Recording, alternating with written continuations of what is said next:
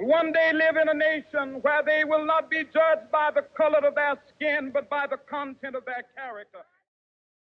I'm Karla Scott. I'm an associate professor of communication and the director of the African American Studies program at St. Louis University. Whenever I think about Dr. Martin Luther King, particularly at this time of the year around his birthday, I have a very vivid memory to share of the day he died.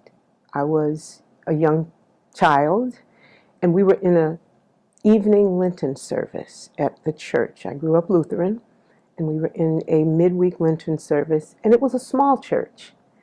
So when the door opened, everyone turned around because the service was in progress. And I just remember one of the church members, an older gentleman, a big gentleman with a booming voice, stood at the back of the church, and everybody's looking at him. Tears were streaming down his face, and he's out of breath like he ran in there, and he said, "Dr. Martin Luther King was shot." And everyone went, "Ah," and he died. And the church just erupted into sobs. Now, for us younger people in there, we didn't fully comprehend. But at the time, 1968, the older people in our church, the elders, think about it, they had come up from the South, probably during the Great Migration. They knew what he meant. They knew what he meant to black people. They knew what he meant to the civil rights movement. And to have lost that, it was an experience I will never forget because it was so profound. This was an important person.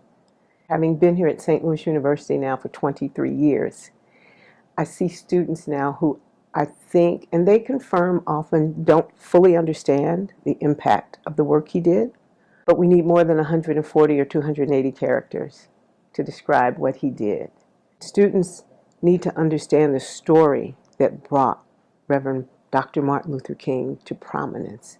He was battling the dehumanization of people of African descent that began with the slave trade in the 1400s. So you think about centuries of dehumanizing a race of people and coming to a time, mid-20th century, where you say, this is enough, or time's up, a phrase we're hearing a lot of right now, time's up.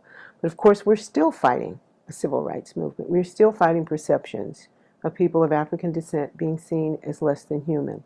The university is the time young people get to challenge some of those perceptions they grew up with. When we look at the images of the civil rights movement, those were young people.